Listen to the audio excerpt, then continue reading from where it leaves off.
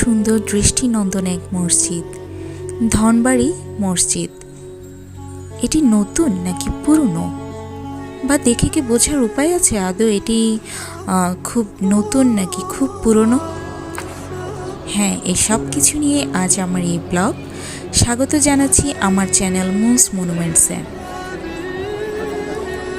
টাঙ্গাইল জেলার ধনবাড়ি উপজেলায় অবস্থিত এই দৃষ্টিনন্দন মসজিদ, যার নাম ধনবাড়ি মসজিদ। প্রশ্ন ছিল এটি নতুন নাকি পুরনো। হ্যাঁ, সেই প্রশ্নেরই উত্তর দিচ্ছি এখন। এটি 700 বছরের পুরনো।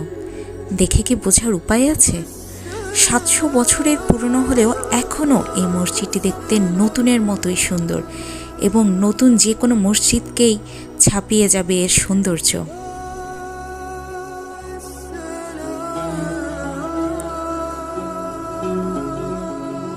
মসজিদের মোজাইক এবং মেঝেতে মার্বেল পাথরের নিপুণ কারুকার্য কি অসাধারণ! আনুমানিক 16শ শতাব্দীতে সেলজুক তুর্কি বংশের ইস্পিঞ্জার খাঁ ও মনোয়ার খাঁ দুই ভাই এ মসজিদটির প্রথম খণ্ড নির্মাণ করেন। জনশ্রুতিতে জানা যায়, সম্রাট আকবরের সময় ধনবাড়ির অত্যাচারী জমিদারকে পরাজিত করার পর এই দুই ভাই এই অঞ্চলের দায়িত্বভার গ্রহণ করেন এবং এই মসজিদটি নির্মাণ করেন। পরবর্তীতে বাংলার প্রথম মুখ্যমন্ত্রী বিখ্যাত জমিদার নওয়াব আলী চৌধুরী 120 বছর আগে এই মসজিদটির আধুনিক রূপ দেন। এই মসজিদটি টাঙ্গাইল জেলায় একটি বিশেষ কারণে খুব বেশি বিখ্যাত, যা হয়তো অনেকের জানা আছে বা কারো জানা নেই। এই মসজিদটি নিয়ে সবচেয়ে অবাক করা এবং সবচেয়ে ভালো লাগার একটি বিষয় হলো যে এই মসজিদের পাশেই একটি কক্ষ রয়েছে, যা নবাব বাহাদুর সৈয়দ নওয়াব আলী চৌধুরীর মাজার। এবং যেটি বলেছিলাম অবাক করা বিষয়, সেটি হলো 1929 সালে নবাবের মৃত্যুর পর থেকে এখানে 24 ঘন্টা কুরআন তেলাওয়াত হচ্ছে, যা কিনা এখনও 1 মিনিটের জন্য বন্ধ হয়নি।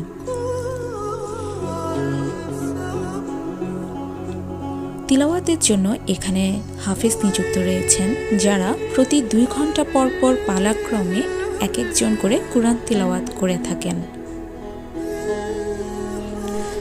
মসজিদের পেছনেই রয়েছে পারিবারিক কবরস্থান, যেখানে শায়িত আছেন নবাব বাহাদুরের স্ত্রী থেকে শুরু করে নবাব পরিবারের বেশিরভাগ সদস্যই।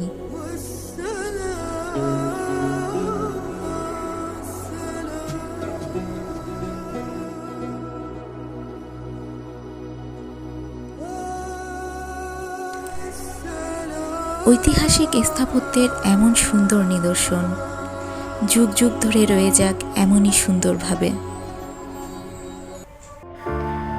বলেছিলাম নবাব মঞ্জিলের কথা, আর এটি হচ্ছে সেই দৃষ্টিনন্দন সৌন্দর্যে ভরপুর, কারুকার্যে ভরপুর জমিদার বাড়ি ধনবাড়ি নবাব মঞ্জিল বা ধনবাড়ি নবাব প্যালেস। প্রায় 1800 শতকের মাঝামাঝি সময়ে এই জমিদার বাড়িটি প্রতিষ্ঠা করেন ব্রিটিশদের কাছ থেকে বাহাদুর নওয়াব, সিআইই খেতাবপ্রাপ্ত জমিদার খান বাহাদুর সৈয়দ নওয়াব আলী চৌধুরী।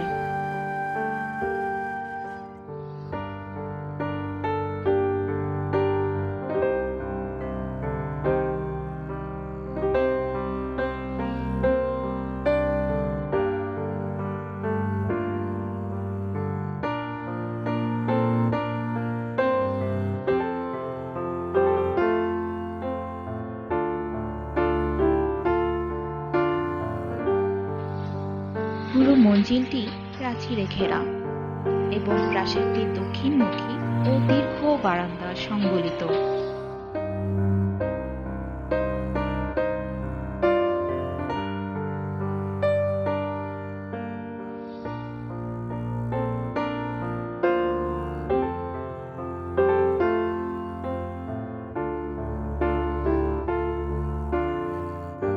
দীর্ঘ এই বারান্দার দেয়াল জুড়ে ইতিহাসের সাক্ষী হিসেবে রাখা হয়েছে বিভিন্ন সময়ের কিছু স্থির চিত্র।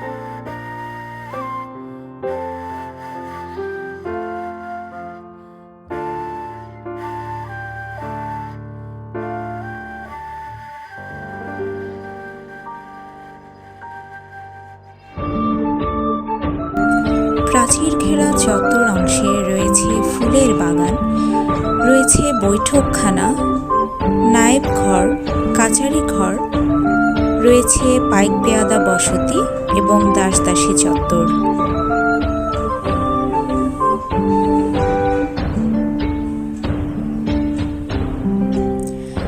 পাশেই রয়েছে 30 বিঘার বিশালাকার দিঘি, রয়েছে সুন্দর ও মনোরম শান বাঁধানো ঘাট।